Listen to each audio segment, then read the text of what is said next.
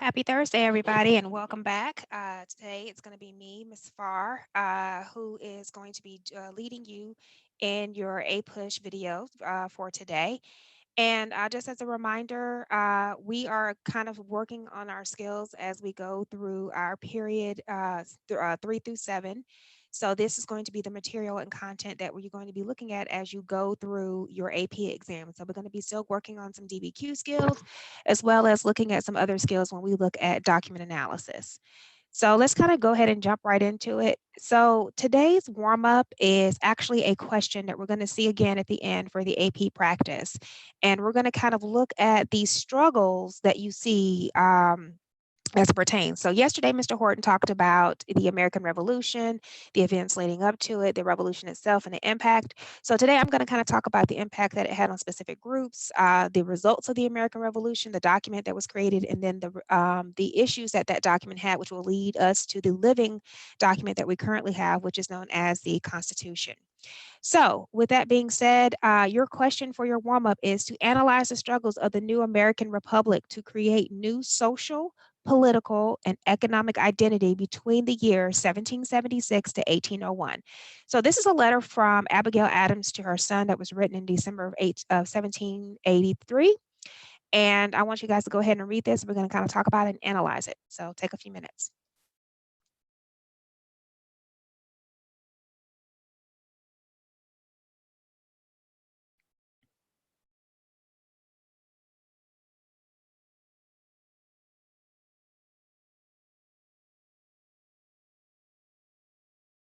I'll talk about it and analyze it. So take a few minutes.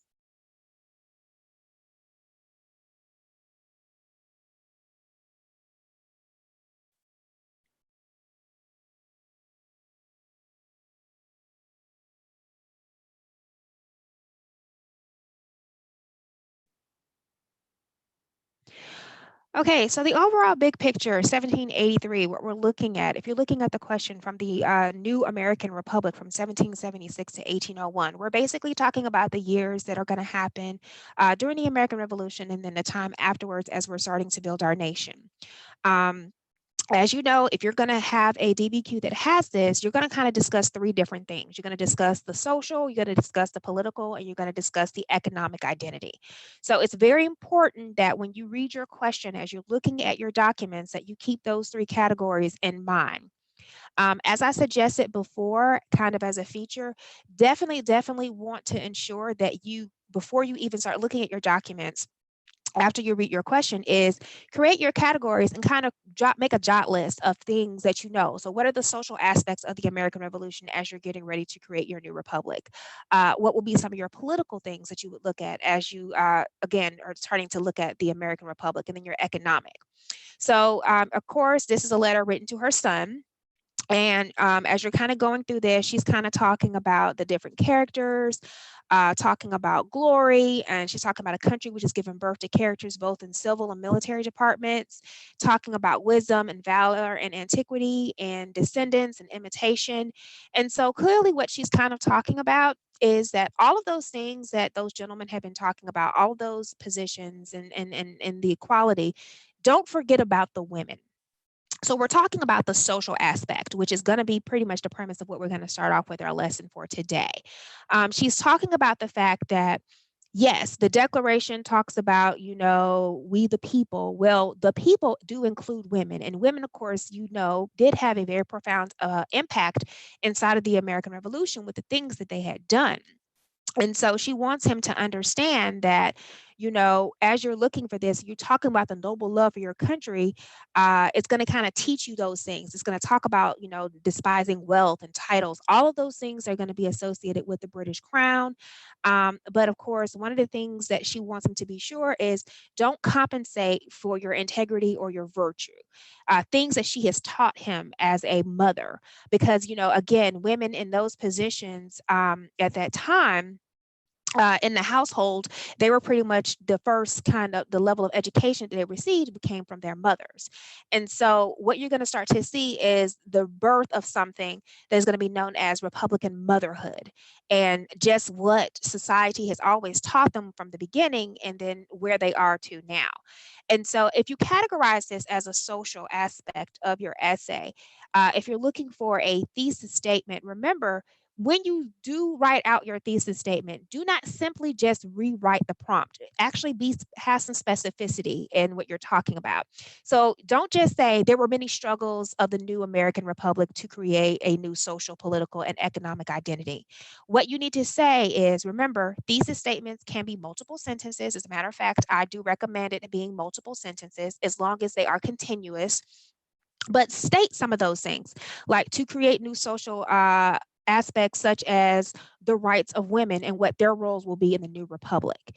You're not giving away anything. I know a lot of students kind of feel like if they say this in their thesis statement, they're giving away their essay. No, because what you're going to do is once you start talking about those social aspects, elaborate on that and then utilize some of the information from her letter to her son, but also think about the bigger picture. Remember, the contextualization is always going to be very important because the documents are supposed to help you with your argument. And what a lot of students feel like they have to do is they're trying to make their essay all about their documents when the documents are there to enhance the knowledge that you already know, which is why I always suggest that you put the list out there. So before we get started with our overview, don't forget to tweet your questions at tweet your questions out to us at @virtualapush. My partner in crime, Mr. Horton, is running the Twitter today. I need to give a shout out to Kirk Weber at Lake Orion High School in Michigan. That comes from Connor, and apparently Ryan Curry gets a sandwich if we give him a shout out. It looks like we are helping a lot of people get fed this week, and we are really excited about that. And then, of course, we need to shout out Miss McGinnis from Shannon High School. So don't forget, I'm going to ask you some questions, and Mr. Horton is also going to probably ask you some questions. So just kind of keep that in mind as we're going through. So today's overview, we're going to look at the various ways the American Revolution affected society. We're going to talk about the different forms of government that developed as a result of the revolutionary period. We're going to look at different ideological positions and structure and the functions of government. We're going to explain the continuities and the changes in the structure and functions of government as it pertains to the ratification of the Constitution. So our skills that we're going to be working on today are going to be claims and evidence. Basically, you're making a claim. Now you need to have the evidence to support it, whether it comes from a document or whether it comes from your outside knowledge. Making connections, which is always important. Things that you know, things maybe from the previous period or things that you know will make that will affect the upcoming period. And then, of course, the skill of argumentation. Which of course is always good when you are trying to support your argument or trying to support your thesis statement. All right, so what do you need to know? Let's go ahead and jump right into this. All right, so I talk about the influence of revolutionary ideals, and I'm talking about the fact that the revolution was completely around the premise of the Enlightenment period. This, of course, started over in Europe, and it's going to make its way over into the colonies as they're starting to declare their independence, which is what you guys kind of went through yesterday. So I'm just kind of giving you an overview of things that you talked about yesterday.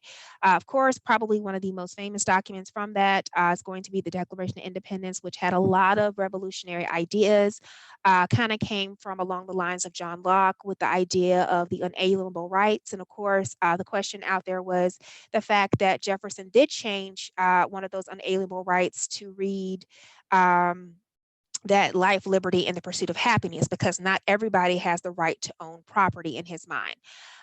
You also talked about the idea of no taxation without representation, which of course was one of the logos that happened behind the American Revolution and things that kind of upset the colonists as you were talking about the Intolerable Acts. You also kind of get a glimpse into Thomas Paine's Common Sense. Of course, his pamphlet basically saying it is what it is. The title kind of says it all, which is that he doesn't understand how people don't understand how this is just very much so common sense of why the colonies should separate from their colony, from Europe at this time, or not specifically Europe, but from England at this time.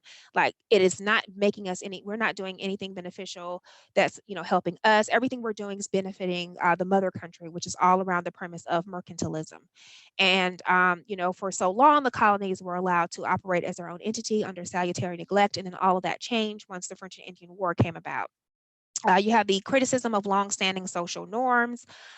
What should be the role of women, under a theocracy, which is how most of the colonies started, especially up north. Now they're changing. They're kind of wondering. Women are starting to challenge those roles and starting to wonder what their place is. They understand their role in society, but some women are kind of wanting to know, should they kind of go away from that. There's also an awareness of inequalities in society.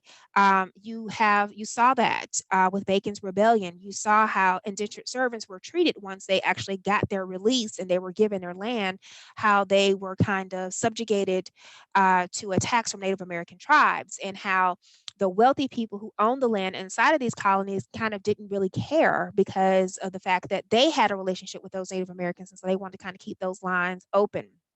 We're talking about voting rights, state constitutions, because once the American Revolution ended, each state had a right to make their own constitution. So that means that laws that were applicable here, like in the state of Georgia, for example, would not be applicable in the state of New York or in Massachusetts or in Connecticut, and so on and so forth. Then, of course, looking at the impact and the role that the women played in the American Revolution. Would it have been successful if women had not done what they had already done? What are the ideals behind Republican motherhood?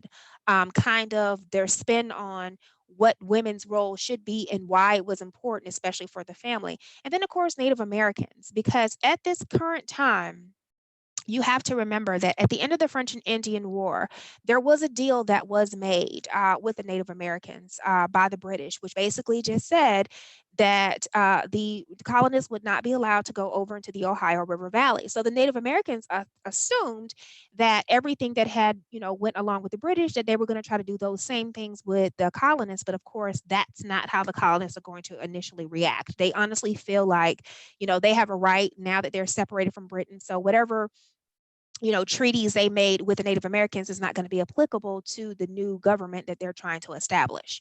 And then, of course, the fact that the American Revolution will actually lead to other independent movements.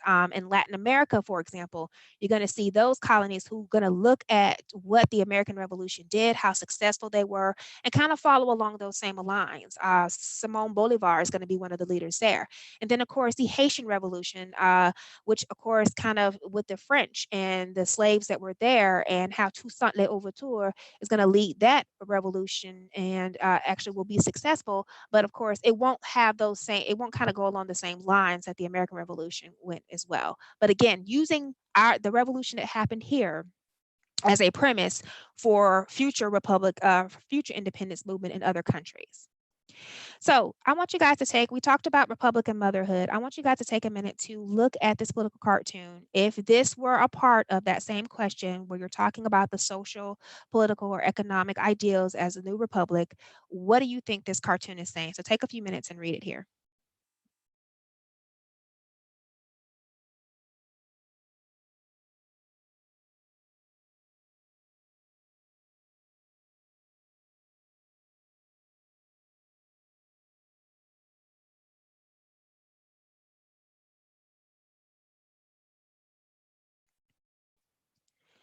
Okay, so of course, this is referring to Republican motherhood. You see the father here who says, I'm off to take care of important stuff like politics and business. And then the mother who is here, she's saying, that's nice, dear. I'll educate the children.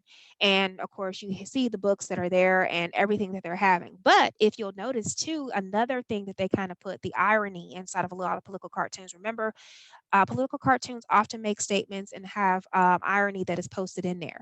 Look at some of the titles on the book: Democracy and Women, Temperance, which is a movement that's going to happen later in the 1800s, where they're trying to talk about the evils of alcohol. And then, of course, this big one right here: women are people too. So she is educating the children. However, what she's going to be educating them, especially for her daughter, is teaching her the importance of the value and the role of women and the fact that they too should be considered citizens. They too should have those same rights to vote that the men have the rights to vote. And the things like politics and business, women should also be included in that as well. So kind of looking at that irony there as you look at the cartoon. All right, so we're at the end of the war. Things are settling down. The colonists are kind of coming into their own, or colonies are starting to come into their own. We're not quite states as of yet. So we're not even considered to be the United States as of yet. So we're kind of growing into what I like to refer to as creating a nation at this point. And so one of the things that they wanted to try to do, the leaders of the government, was they wanted to create a sort of like what they refer to as a constitution. And they wanted a constitution that would last. They wanted a constitution that would be equal, and they wanted a constitution that will be fair for all colonists and for everybody and mankind alike. So they refer to this as the Articles of Confederation. And Confederation just means a joining together of all different types of nations and types. Because back then, like I said, they were still kind of looking at a republic, but people mostly were kind of referred to themselves based off of whatever colony they lived in. So this was considered to be the United States' first constitution. It did last from 1776 to 1789. However, it had a lot of issues and a lot of problems.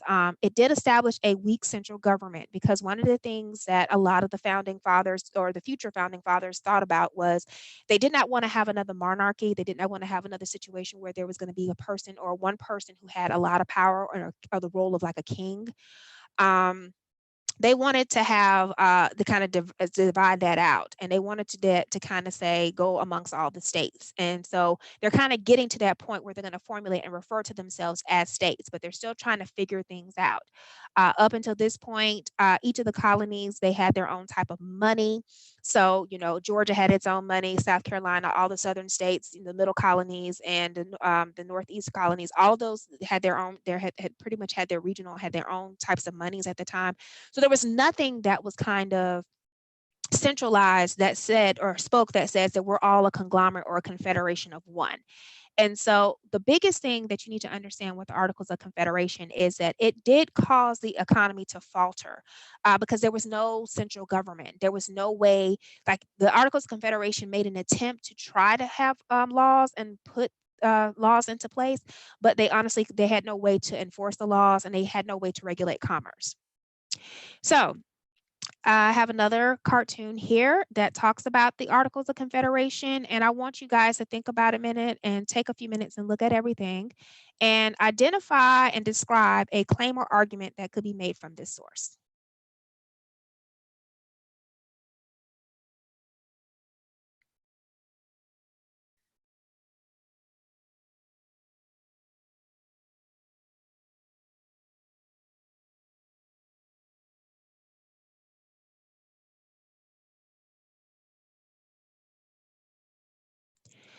Okay, so what you see here when it says identify a claim and or argument in this source, number one, you're looking at the fact that you have this person over here who's saying there's no president, executive agencies, judiciary, or a tax base. So you're starting to see that something had to have happened for them to realize that the Articles of Confederation were not going to be effective. And we're going to kind of talk about that in a few minutes. You also have somebody else who's pointing out there's no Army funding, no Navy funding. Yes, we do have military, and at the time we only have two. Well, we're not going to have the Navy until John Adams becomes president. So right now we only have an Army, and technically it's not even an Army because, like I said, we're still kind of operating as independent entities. So what we have are basically called militia, which means that these are people who volunteer, and they don't have to, they can volunteer to serve, but they're not required to serve. And then another person is mentioning weak foreign policy, no trade policy. What were we thinking?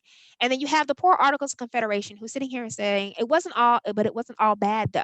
So in other words, what he's trying to say here, or the claim or argument, is that the Articles of Confederation took all of the ideas of the Enlightenment, took the ideas that the forefathers, Franklin and Jefferson, and all those individuals who were drafting up the Declaration of Independence, were attempting to take those same ideals and make it so that, number one, it wasn't going to go back to the way it was with the colonies, and of course under the whole system of, where there's one person who's in charge. They were trying to do like an even distribution and really kind of give the states more rights and give the states more say so. So it was an attempt to do the right thing. However, the execution wasn't very well thought out. And so what did the Articles of Confederation do? It attempted to create a confederacy, as I said. It wanted to make the colonies become states. They wanted them to be, again, independent entities, but they wanted them to have a commonality. In other words, you can operate however you see fit. However, when it comes time, we need for us to come together, and it may be for a very limited purpose. So what will happen if, let's just say, another country decides to attack us? So it's going to be, we're going to come together for a limited, amount of time, but otherwise you guys can kind of go back and operate as you see fit. Major thing for states, it gave them a lot of power. It basically says that states had sovereignty to rule within their own territories. So, for example, if there was an attack that happened inside of Philadelphia, because New York or New Jersey are the closest, colonies or states at that time, can they come over and assist, or does Pennsylvania have the right to say, you guys have to come over and help us? And the answer is no, they don't. The states have a right to decide if they want to assist. The federal government, it did have the ability to coin money, but they couldn't force the states to actually take that money. They could have direct the post office, which is actually one of the biggest and greatest things that it actually did do with the post office. It did have the ability to negotiate foreign powers, including Native American tribes. However, it couldn't force the states in order to go into those negotiations. So while the federal government could go out and say, make some treaties and things with other countries, they could not force the states to comply. Another good thing that the Articles of Confederation did do was it did do a lot of good with the Land Ordinance of 1787, what it talked about the distribution of land over in the Ohio River Valley, how things should be set up, townships, etc., with the establishments of churches, schools. So it actually did do some good. It just, it caused more harm than good. So it's kind of like looking at a situation where the bad things about it kind of outweighed the good things about it. It also gave the power to raise money or soldiers, but it could only request those things. So in other words, states had a lot of rights, and the states at any time did not have to come and say yes. And then the other thing about it was that it required a majority. It says 9 out of 11 of them had to actually agree to this. And of course, let's just say, all of them decided to show up, but let's just say the representatives from the South decided that they didn't want to go and they didn't have enough to make that vote. Well, guess what will happen? The vote wouldn't actually go through. So they kind of had to figure out some ways to get around that and try to circumvent that. So there were a lot of economic problems that had to do that. When you don't have the ability to impose tax, then what does that mean? Well, taxes were extremely important at this time because of the fact that they had fought the Revolutionary War. They owed money to several countries and several individuals and people who actually funded the war, who bought war bonds in order to help the militia raise money. So they couldn't impose taxes. Like, they couldn't force any particular state or any groups of individuals to do that. And of course, they wanted to avoid the perception of taxation without representation. So again, they basically kind of allowed the states to say, okay, look, we need to pay back our debt. We're going to leave it up to you guys to go ahead and do our tax collection for us, and then you guys will give us a percentage of that. So again, they're going to have to request that. And again, the states did or did not necessarily have to impose those taxes. And then, of course, the states often wouldn't, be negligent. They also kind of thought, it's not our responsibility. Some states actually did manage to pay back some of the debts, especially in several of the southern states, because of the fact that they did have cotton. So they were able to kind of pay that back, but some other states were not so fortunate. But again, that kind of made the national government very underfunded. And then you had a lot of economic woes that were made worse by the fact that, you couldn't impose tariffs on foreign imports, and you had no ability to regulate interstate commerce. In other words, there was no uniform currency that was applicable. And so in certain states, certain money may not have the same value as it would have in other states. And so these problems are going to be more and more evident as time goes through. So let me kind of show you a video of one of the biggest issues that happened that kind of proved that the Articles of Confederation were pretty much ineffective. This is a video about Shay's Rebellion. 1786. The Revolutionary War had been over for 5 years. However, the new nation of the United States of America was adrift, and it was headed down the path of becoming one more corrupt and unjust government. Shay's rebellion proved to be the wake-up call.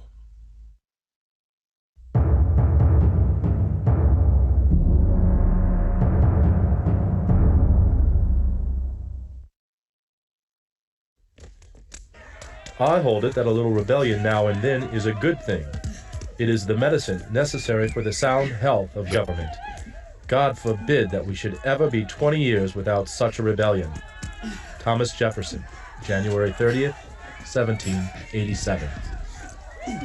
When Thomas Jefferson wrote those words, he referred to an uprising of Western Massachusetts farmers in the fall of 1786.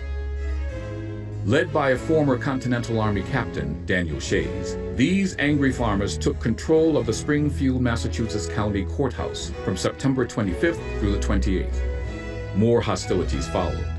The problem was that politicians in Boston were behaving much like their former British masters, imposing unfair property and polling taxes, perverting the legal system, and capitalizing on an unstable currency. The result was that heroes who fought for independence were losing their farms and being thrown into debtor prison. The new country was at a critical moment in history.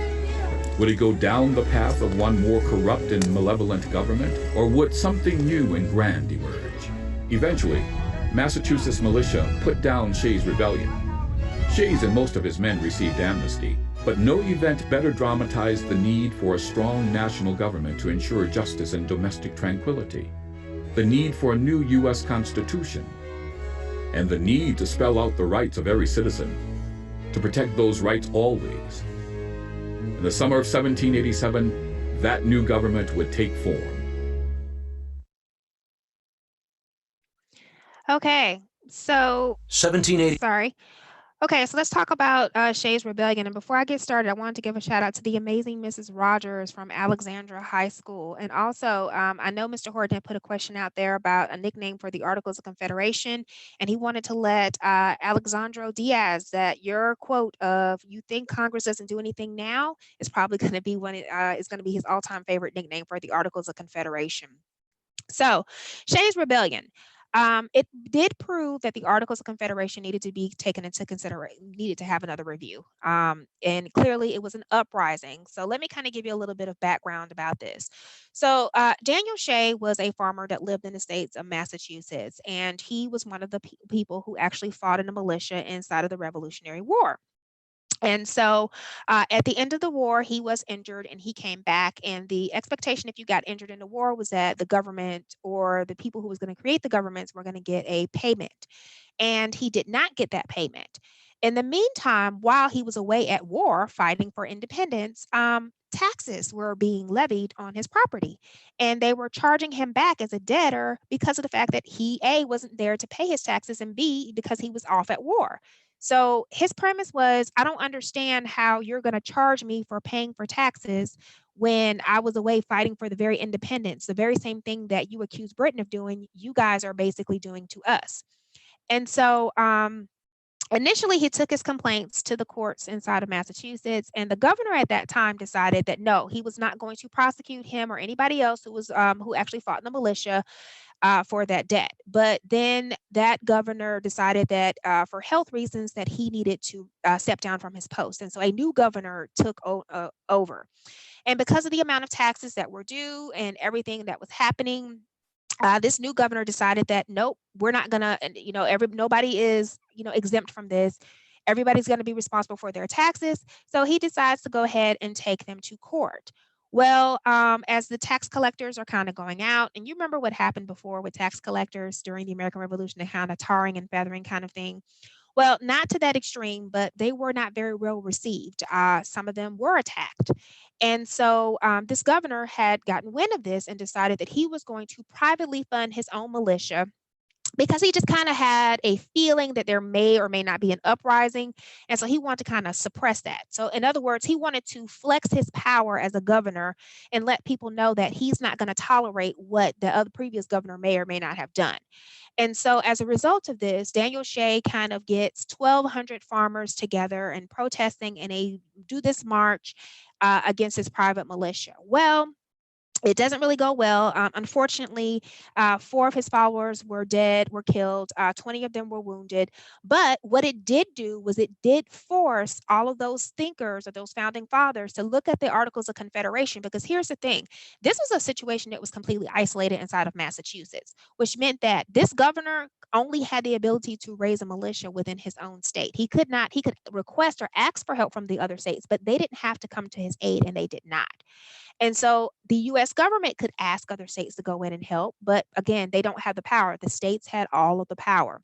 And so as a result of this, it really became clear that the government needed to really look at the Articles of Confederation again. They really needed to look at the abilities that it did have and their ineffectiveness. And what they wanted to do was they wanted to ensure that, again, the Confederation of coming together to operate as one country, that would actually be what they intended it to be. And so now we're looking at the fact that things need to change. And thanks to this rebellion, we're going to kind of look at how the beginning of what will be known as the Constitution. All right, so we're going to take a look at this short video.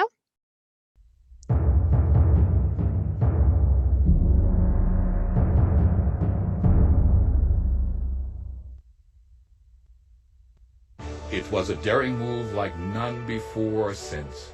These men and women of the United States were about to replace their old government with a new one, and do so without a single shot being fired. By 1787, most of the country recognized that the Articles of Confederation enacted in 1777 could not solve the problems facing the new nation. Under the Articles, the United States government had no independent power of taxation. It was unable to deal with incursions by the British and Spanish into its territories, and it could not regulate commerce between the various states. The United States behaved more like a group of petty nations than a single powerful country. In 1787, the Congress sanctioned the Constitutional Convention in Philadelphia's Independence Hall. Chaired by George Washington and including the elderly Ben Franklin and youthful James Madison, its mission was to create a new governmental structure. Throughout the long, hot summer, this extraordinary gathering of talent debated resolution after resolution, honing the structure of a representative government until on September 17th, the delegates approved the U.S. Constitution. The preamble began, "We, the people of the United States, in order to form a more perfect union, establish justice, ensure domestic tranquility, provide for the common defense, promote the general welfare, and secure the blessings of liberty to ourselves and our posterity, do ordain and establish this Constitution for the United States of America." 7 articles followed. The central feature of the new Constitution, and its most brilliant design, was its separation of powers into 3 branches of government: executive, legislative, and judicial. All of them interlocked in a system of checks and balances. Article 1 established a bicameral, or 2-part legislature with a House of Representatives based on proportional representation and a Senate based on equal representation. It also provided that the states determined the manner in which members would be elected. The article went on to list the powers of the Congress, including the power to lay and collect taxes, borrow money, regulate commerce, and provide for the common defense. Only the 2 houses of Congress could initiate legislation, and the article detailed how a bill became law. Article 2 established the executive branch of government. Both the president and the vice president had to be 35 years of age and natural-born American citizens. The president was the commander-in-chief of the army and the state's militias. With the advice and consent of the Senate, he was empowered to make treaties with other nations and choose judges. To balance the power of Congress, he was given the authority to veto bills. Finally, the article provided for the removal of the president. Article 3 vested the judicial power of the United States in one Supreme Court and directed Congress to establish such lesser courts as needed. It also defined what cases could be handled by the federal judiciary. and stipulated that all crimes except impeachment shall be by jury. Article 4 stipulated that each state shall honor the public acts, records, and judicial proceedings of every other state. For example, a marriage in one state must be recognized by all states. The framers, understanding that the document would have to be improved from time to time to reflect a changing and growing nation, wrote Article 5 in order to establish procedures for amending the Constitution. Article 6 made the Constitution the supreme law of the land. It also enumerated the United States' responsibilities and required that all federal officers take an oath of allegiance to the United States and the Constitution. Article 7 outlined the manner of ratification of the Constitution, stating that 9 states shall be sufficient for the establishment of this Constitution. Over the next year, the people of the various states in their own conventions debated and voted on the proposed Constitution. During this time, constitutional advocates Alexander Hamilton, James Madison, and John Jay wrote the Federalist Papers, which laid out a defense for the necessity of a strong federal government as proposed by the new Constitution. On June 21st, 1788, New Hampshire became the 9th state to ratify the Constitution, and with that, the bold new experiment in self-government was about to begin. All right, so the Constitutional Convention actually was the second one that was held. The first one was held when they kind of looked at the initial Declaration of Independence, etc. So this was held in May, between May and September in 1787. They had the delegates from the 12 states. They're going to convene in Philadelphia. And they're going to look at the revision of the Articles of Confederation because, again, it pretty much was proven as ineffective when they looked at everything that happened with Daniel Shays. And then, of course, they're going to create the living document that's going to be known as the United States Constitution. This convention was not something that was going to be easily decided. You had a lot of very learned men who were very, very informed. They were very well educated. You had lawyers alike. So many of them going to take different sides. So you're going to have those who actually support a strong federal government, which are going to be known as the Federalists. And then you're going to have those that are going to be more around states' rights that are going to be known as anti-Federalists or Jeffersonian Democrats. Eventually, they're going to kind of look at a lot of things and kind of have to make a lot of compromises because certain things are going to be looking at. It's like how things are going to be determined. They're going to look at voting and everything. And so one of the biggest things that was going to kind of come out of that, which actually is in the Constitution, which is going to be the notorious 3/5 compromise. And we're going to kind of talk about that in a few minutes when we talk about the Virginia and the New Jersey plans. All right, so we're talking about voting. We're kind of talking about the branches of government, and we're talking about the fact that we, instead of having one entity and having to have 9 out of the 11, so on and so forth, what they decided to do was they wanted to come up with a plan that made it equal for everyone. So they had the introduction of 2 plans. The first one was called the Virginia Plan, and it says let's have a bicameral, which bicameral means 2. A legislature in which representation will be based on population. Great if you're a large state, especially if you're a southern state, because guess what gets counted in your population count? Remember, southern states really, really practice the art of slavery. And so again, they were looking at that as, yes, not only do we count, but because slaves actually outnumbered a lot of the white slave owners during that time, they looked at it as it's going to be a big thing for them, because one of the things that they feared was that the idea of slavery was going to be banished, because there were some people who were opposing the idea of using slavery, especially up north, because they were kind of looking at the fact of becoming more less agricultural, more industrial. So another plan was proposed where it says, okay, well, that's not fair for the smaller states. So what we're going to do is we're going to actually ask for a unicameral house, and there's going to be representation from each state, just one person from each state. And so eventually what's going to end up happening is it's going to actually combine both elements, where they're basically going to say, okay, look, this is going to be good for both. So what we're going to do is kind of take the best of both plans and create what is known as the Connecticut Compromise. So if I'll ask this question, which one is based off when you look at the legislature that we have in our federal government, which one is based off of the Virginia plan, which I'm saying is it the House or the Senate that goes by the Virginia plan, and which one goes by the New Jersey plan? Go ahead and tweet your answers out to Mr. Horton. He is on the Twitter account responding right now. Of course, what they did decide to go ahead with the bicameral, and they did decide that the upper house would be the Senate and the lower house would be the House of Representatives.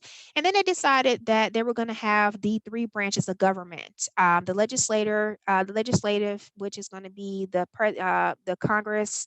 You're going to have the executive, which is going to be the president and his cabinet, and then you're going to have the judicial, which is going to be comprised of the Supreme Court and then all the different lower courts. So we're going to call this the division of power, and this is what the Constitution is going to look at. And they're going to have what is the video referred to as a system of checks and balances, which means that there is no specific branch that has more power than any other specific branch. So while the president, the Congress can create laws and they can make nominations and things like that, and they can also impeach and veto and can veto things, the president too can exercise a veto, but Congress can actually override that veto by having 2/3 vote. And then, of course, even if it's overridden, like a president vetoes something and it's overridden by 2/3 vote, the judicial branch can come back and basically say, no, it's unconstitutional. So they wanted to create this system of checks and balances to ensure that no branch has any more power than any other branch. And this, again, was because of the Enlightenment period. And I want to say a shout out to Liliana Arias, who got my question right about which plan goes with which one. The Virginia plan is what is based off of our House of Representatives, which is why you see more representatives in certain states based off of population. And one of the ways that they kind of did that balance in order to offset the slaves is they said a slave is going to be either a person or property, but it cannot be both. And so they said as a kind of a balance for that, because a lot of the southern states were basically said they weren't going to ratify it if they didn't get counted. They gave them saying that slaves will count as 3/5 of a person. So that's how their population was counted. And then the Senate is going to be based off of the New Jersey plan, which basically says there's going to be fair representation or 2 senators per state. So congratulations, Liliana. All right, my next question is, this whole system of balance of power or division of power was not something that they actually came up with. I told you that there was another Enlightenment idea, and there was a specific enlightened thinker. So can you tell me which enlightened thinker, and it's not Locke, I'm going to tell you that right now, who came up with this whole idea of the systems of checks and balances and division of power? Because that's where we kind of got that idea from. All right, the video also talked about the Federalist Papers, and it kind of talks about, and again, remember I told you a Federalist is a person who is going to be all about a strong central government. People like John Jay, who's going to be a future judge, James Madison, and Alexander Hamilton. And these are kind of urging the ratification of the U.S. Constitution, and it's going to kind of talking about why a strong central government is needed. It's going to kind of talk about, political philosophies. It's going to be pretty much kind of like the whole premise behind it. And each one of these individuals actually did participate or write something within the Federalist Papers. And of course, there were so many different Federalist Papers that it was very, very different to kind of see that. And of course, those people who are arguing for states' rights, they're going to come up with their own version of papers called the Anti-Federalist Papers that are kind of going to talk about or be more concerned with the idea of states' rights. But the Federalist Papers, I'm pretty sure you guys have probably already seen that. And one of the ways that the Anti-Federalists really wanted to get their point about, or to really kind of ratify the Constitution, was based off of the Bill of Rights. And so, of course, these are the first 10 amendments of the Constitution. And in order for the smaller states or even the Anti-Federalists to agree to ratify this during the Constitutional Convention, they basically insisted that the Bill of Rights actually be added in there. And the Anti-Federalists were led by Thomas Jefferson. And one of the things that he wanted to protect states' rights, but he also wanted to protect the rights of the people. And so these, the Bill of Rights, are going to be extremely important. And so usually, the first 10, the right to speech, assembly, religion, etc. And the first one, the second one, the right to bear arms, the third one, no quartering acts, so on and so forth. So one of the things I wanted to point out was the last one. And that was the one that he was the most insistent about besides all the other ones, which is that anything that's not delegated to the federal government are automatically reserved for the states, because they couldn't possibly predict everything that was possibly going to happen.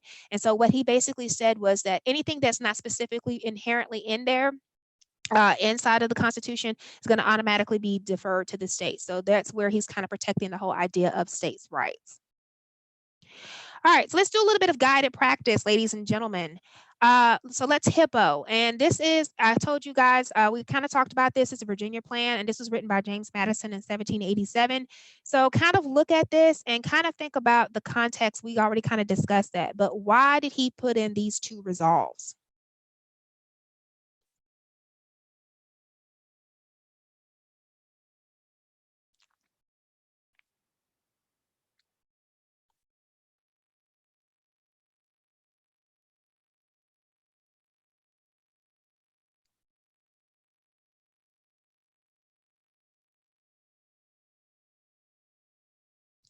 Okay, so if you read what he is talking about, he's kind of talking about the idea that the national executive be instituted to consist of a single person that will be chosen by a national legislature. So he's kind of looking at the role or the potential role of what will be the president. If you look at it a little bit differently, he talks about the fact of 7 years term, being president for 7 years and being basically to carry in the execution of national laws and appoint other offices. But once he does his term of 7 years, he's not eligible to serve again. And he also kind of talks about the idea of impeachment or conviction for malpractice or neglect of duty.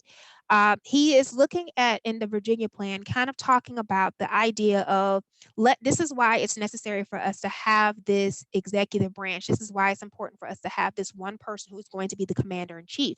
However, there are going to be stipulations and things that are in there so that this person will not be like, king for life or president for life, even though when it was decided that George Washington would become the first president, he possibly, if he wanted to, could have served more than the 2 terms that he did serve. He's going to kind of set the precedents for future presidents, but eventually, he was trying to say that they're ineligible after a second term. And then he also talks about the fact that the national executive shall have a right to any negative legislative act, which means that, if there's something, if he says no, that there will be 2/3 of a national legislative branch that will kind of come in and veto that. So you can see a lot of the ideas from the Virginia plan that James Madison had will later be put into the Constitution as a way of checks and balances. All right, let's go ahead and check for understanding.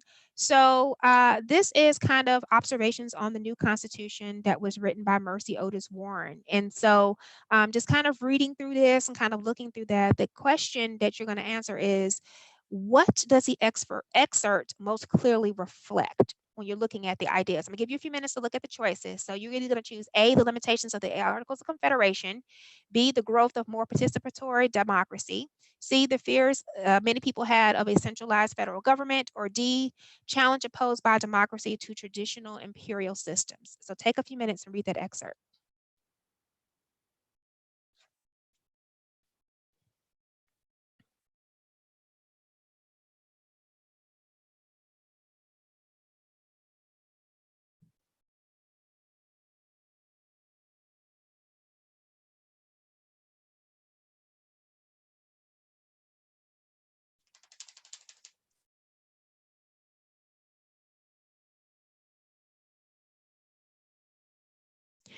All right, and so your answer for this question would be C, the fears that many people had of a centralized federal power. Remember, no one wanted one particular person or one particular branch to have more power than the other one.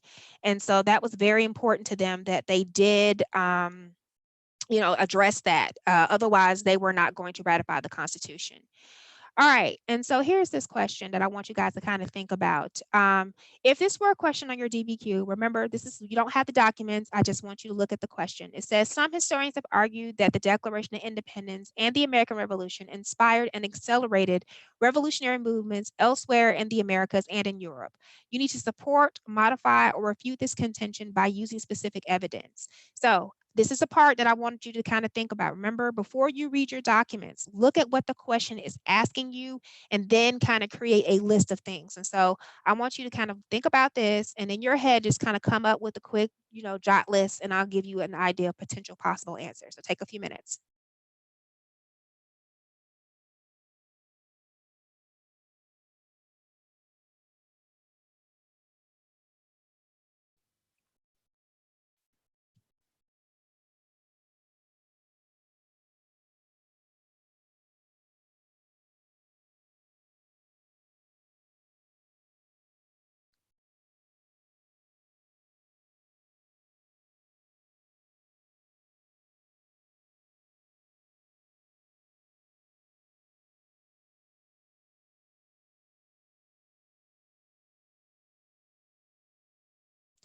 Okay, so here are some potential answers that you can kind of come up with if you're thinking about it, basically talking about the impact of the American Revolution, how it would have inspired anti-monarchical, anti-monarchs, talk about democratic or independence movements.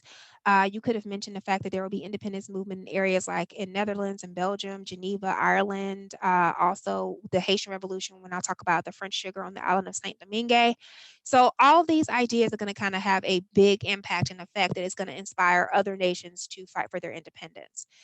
So very quickly, we went over the impact of the American Revolution. We talked about the Articles of Confederation and its weaknesses, and we talked about the living document that we have today that is known as the Constitution. And the reason why I call it a living document is because we can still put amendments in there to make changes to the Constitution. It does have to go through a process, but it is still a living document, which means that amendments can still be added.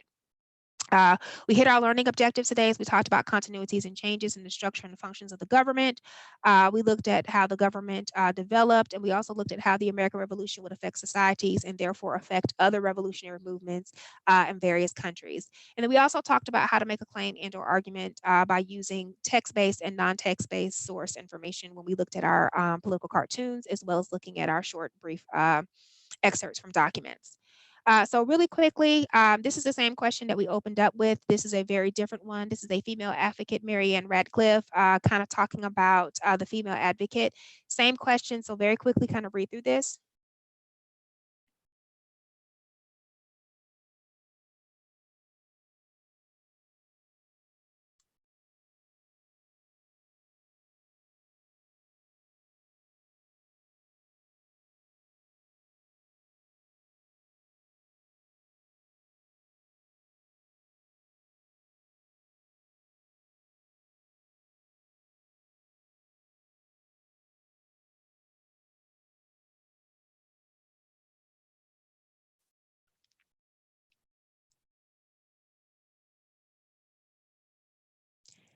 Okay, so one thing you want to look at is this again will be another social one. When you see the word female advocate, of course, she's talking about the role and the impact of women. And when they're talking about we the people, they're more so kind of looking at the role of men and not really necessarily talking about being inclusive of women. So you could definitely kind of put that response as well and kind of put this document underneath your social. And so, of course, with your DBQ, you will have 5 documents. I kind of gave you a little short excerpt of doing 2 documents. And so other things you can kind of look at is kind of making the connection and the ties to Republican motherhood and about the importance and how people try to put that and how, the women were supposed to educate the children, but at the same time, they still want the children to understand the role of women and the impact that they had. So something to think about for tomorrow before I leave off. Wanted to give a shout out to Liliana Arias, who also got the question about the system of checks and balances, which came from Montesquieu. And I wanted to make sure that the schools that she go to in central New York, I'm not even sure if I can say this correctly. Okay, I'm not even going to say it, but Liliana, thank you. I hope everybody at your school knows how fabulous you are, how great you've been with responding to our questions. And also, we wanted to do another shout out to a teacher, Mr. Demi from Unity Christian High School, and also from Mr. Hop Rich from Wolfson High School. So tomorrow, Mr. Horton will pick it back up and kind of talk about, pick it up and kind of talk about the building of the new republic, kind of looking at the first couple of presidencies and looking at how we're kind of building and shaping a nation. So here's a question I want you to think about.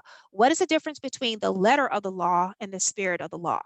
I appreciate you guys hanging in there with me. I know we went over time for a little bit, but it's a lot of information to cover.